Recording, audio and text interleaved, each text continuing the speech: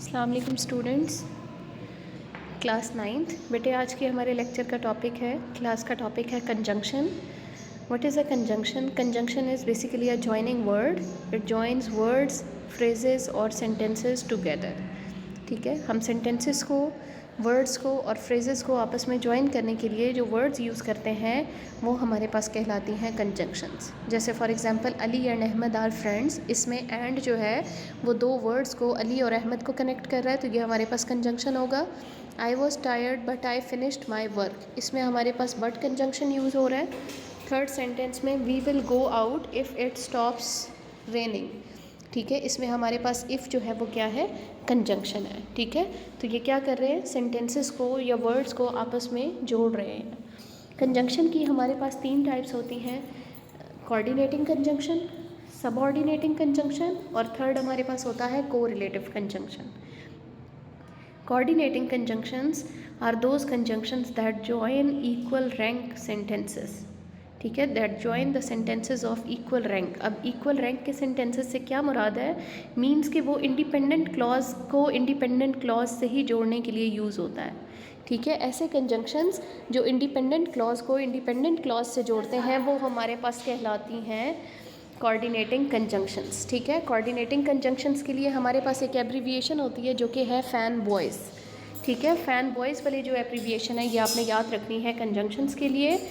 Fan boys से हमारे पास बनता है फॉर, एंड, नॉर, बट, और, yet and so.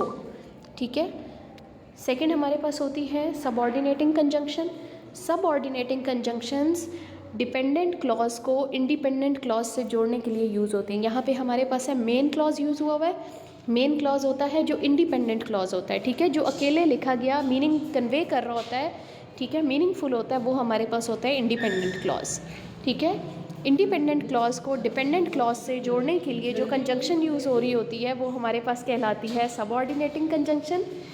Common subordinating conjunctions हमारे पास होती हैं because, although, if, when, while, since, after, before.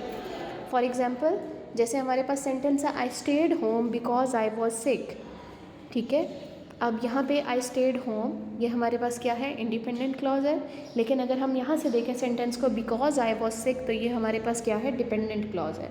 तो इंडिपेंडेंट क्लॉज को डिपेंडेंट क्लॉज से जोड़ने के लिए जो कंजंक्शंस यूज़ होती हैं वो हमारे पास कहलाती हैं सबऑर्डिनेटिंग कंजंक्शंस। इसी तरह से सेकेंड एग्जाम्पल है हमारे पास ऑल्दो इट वॉज रेनिंग। अब ऑल्दो इट वॉज रेनिंग हमारे पास क्या है, डिपेंडेंट क्लॉज है। ऐसा होता है कि कभी इंडिपेंडेंट क्लॉज सेंटेंस के शुरू में आता है और कभी डिपेंडेंट क्लॉज सेंटेंस के शुरू में यूज़ होता है।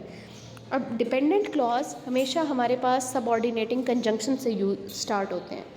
इसमें अब हमारे पास ऑल्दो क्या है, सबऑर्डिनेटिंग कंजंक्शन है। ठीक है, और जब डिपेंडेंट क्लॉज सेंटेंस के शुरू में यूज़ हो रहा होगा तो फिर दो जो क्लॉजेज़ हैं उनको हम सेपरेट करने के लिए हमेशा कॉमा यूज़ करेंगे। जैसे although it was raining, comma, we played. ठीक है, थर्ड टाइप बेटे हमारे पास है correlative conjunction. Correlative conjunctions are those conjunctions that are always used in pairs. ठीक है, जैसे फॉर एग्जांपल ईदर एंड और है, नीदर एंड नॉर है, नॉट ओनली बट ऑल्सो है, बोथ और एंड है।